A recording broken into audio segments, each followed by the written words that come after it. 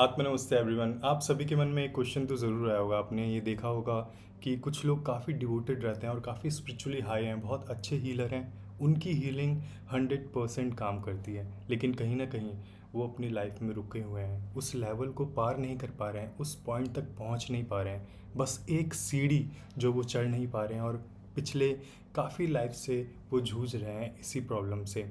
हाँ, हम ये प्रॉब्लम भी आकाशिक रीडिंग के थ्रू पता लगा सकते हैं, आकाशिक लाइब्रेरी में जाके, कि वो किस लाइफ से फंसते हुए आ रहे हैं और वो क्या चीज़ है जो ब्लॉकेज बन गई है, जो स्पिरिचुअल ब्लॉकेज बन गई है और उनको अपनी स्पिरिचुअल जर्नी में आगे नहीं बढ़ने दे रही है। ऐसे ही मैं आज एक लाइफ आपको बताने वाला हूँ। एक मेरे क्लाइंट हैं जिनका नाम है दीक्षा, और ये उनकी लाइफ है, ये उनकी स्टोरी है। बहुत ही ज़्यादा स्पिरिचुअली हाई हैं, लेकिन वो कहीं ना कहीं रुक जाती हैं। हमेशा कोई एक ऐसा लेवल आता है जहाँ पे वो रुक जाती हैं और आगे बढ़ नहीं पाती हैं, और उस टाइम पे वो मेंटली लूज़ कर देती हैं और काफ़ी चीज़ें वो होपलेस हो जाती हैं। कई बार वो डिप्रेशन में चली जाती हैं इन चीज़ों की वजह से। तो ये उनकी बहुत ही इंटरेस्टिंग लाइफ है। इस लाइफ में उन्होंने बर्थ लिया था एक बहुत ही ज़्यादा भक्ति भाव वाली फैमिली में, और इंडिया में ही उन्होंने जन्म लिया था। वृंदावन में उनका जन्म हुआ था। उनकी फैमिली में उनकी दो सिस्टर्स थी, एक भाई था, और उनके पेरेंट्स काफ़ी सिंपल किसान थे, और वो डेयरी का काम करते थे, और मोस्टली अपना जो घर का संचालन था वो डेयरी के बिज़नेस से ही किया करते थे, और काफ़ी अच्छा उनका घर चल रहा था, काफ़ी अच्छा उनका बिज़नेस चल रहा था। और जो दीक्षा है वो बचपन से ही काफ़ी ज़्यादा डिवोटेड थी कृष्ण भगवान को लेके, और बहुत उनकी भक्ति करती थी और लीन हो जाती थी उनकी भक्ति में। और पेरेंट्स भी काफ़ी उनको अप्रिशिएट करते थे उस चीज़ के लिए, और उनको काफ़ी मोटिवेट करते थे कि वो इस चीज़ में और आगे बढ़ें, कथा सुनाएं लोगों को और स्प्रेड करें भक्ति को, सनातन धर्म को। तो उन्हें एक बहुत बड़ा काम दिया था, बहुत बड़ा पर्पस दिया था भगवान ने उस लाइफ में। लेकिन उनकी कुछ संगत ने, कुछ दोस्ती की वजह से उनकी वो लाइफ वेस्ट हो गई, जिस वजह से उन्हें फिर से रिबर्थ लेना पड़ा और वो सीढ़ी फिर से छूट गई। उस लाइफ में उनके एक दोस्त थी जिसका नाम था श्रुति, और दीक्षा काफ़ी कम दोस्त बनाती थी, इंट्रोवर्ट थी क्योंकि भक्ति भाव वाली थी। बहुत कम लोग थे जो भक्ति करते थे।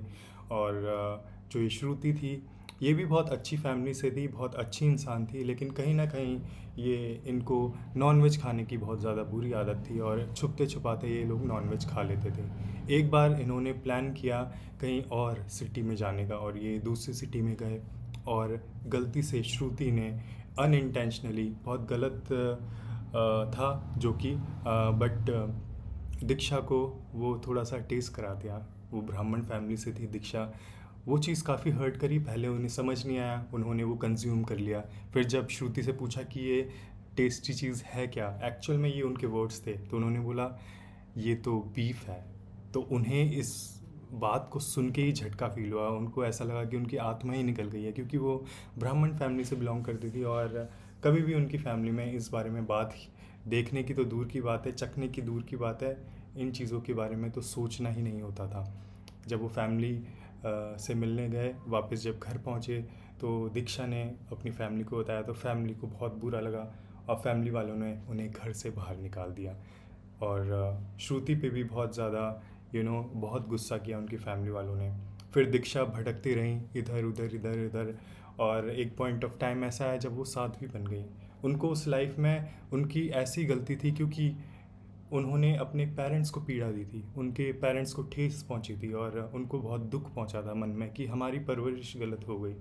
तो ये मैं आपको वो लाइफ नरेट कर रहा हूँ। इसमें हो सकता है कि दूसरे लोगों की थिंकिंग वैसी ना हो, वो बहुत ज़्यादा आगे की सोचते हों, लेकिन ये लाइफ थी, मैं आपको एक्चुअल लाइफ बता रहा हूँ। तो इस चीज़ में उसके पेरेंट्स बहुत ज़्यादा निराश हुए, और दीक्षा जब घर से निकली तो वो एक पॉइंट ऑफ टाइम वो आया जब उन्होंने सब कुछ त्याग दिया, और उन्हें लगा कि जब सब कुछ चले ही गया है तो क्यों ना मैं और ज़्यादा भक्ति पे ध्यान लगाऊं और ज़्यादा डीप जाऊं स्पिरिचुअलिटी में। लेकिन उनकी किस्मत इतनी ख़राब थी कि उन्हें एक अच्छे गुरु नहीं मिले। इनफैक्ट उन्हें जो भी मिलते थे वो एक्सेप्ट नहीं कर पाते थे, किसी ना किसी कारणवश वो उन्हें दीक्षा नहीं दे पाते थे, या फिर वो उन्हें समय नहीं दे पाते थे। तो वो लाइफ उनकी वेस्ट गई, बहुत भटकते रहीं। आखिर में वो अपने घर ही लौटी कि कुछ नहीं हो पा रहा है, और 25 साल बाद वो अपने घर लौटी, जब उनके माँ बाप नहीं थे, उनके भाई थे, उनकी बहनों की शादी हो चुकी थी, बट उनके भाई ने उन्हें एक्सेप्ट नहीं करा।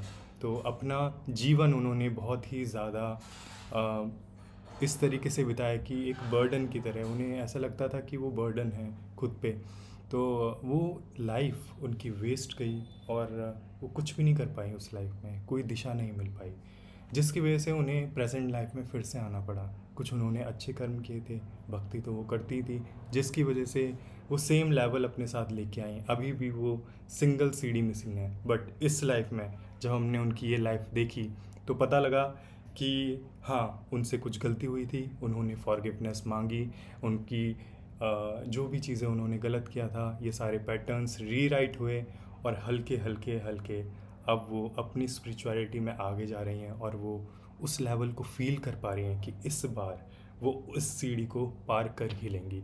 तो ये एक स्टोरी थी बहुत ही ज़्यादा इंस्पायरिंग, कि इंसान किस तरीके से हल्की हल्की गलतियों से रह जाता है, और उनके कुछ मिस्टेक्स उनको रोक देते हैं, उनकी जर्नी में उनकी ग्रोथ को रोक देते हैं। तो ऐसे ही स्टोरीज़ सुनने के लिए आप मेरे चैनल को सब्सक्राइब कर सकते हैं, और लाइक कर सकते हैं वीडियो अगर आपको अच्छी लगी, और कमेंट में मेरे को बता सकते हैं कहाँ कहाँ पे मुझे इम्प्रूव करना चाहिए स्टोरी में, अगर मेरी स्टोरी टेलिंग में कोई गलती है, क्योंकि मैं रियल लाइफ स्टोरी बताता हूँ आपको, तो यहाँ पर हाँ, मैं कुछ मिस्टेक कर सकता हूँ, because it's my first time. तो आप कभी भी मेरे को कमेंट कर सकते हैं, आप सभी का वेलकम है, और मैं कोशिश करूँगा जहाँ पे मैं गलत हूँ मैं उसको ठीक कर पाऊँ। Thank you, have a good day.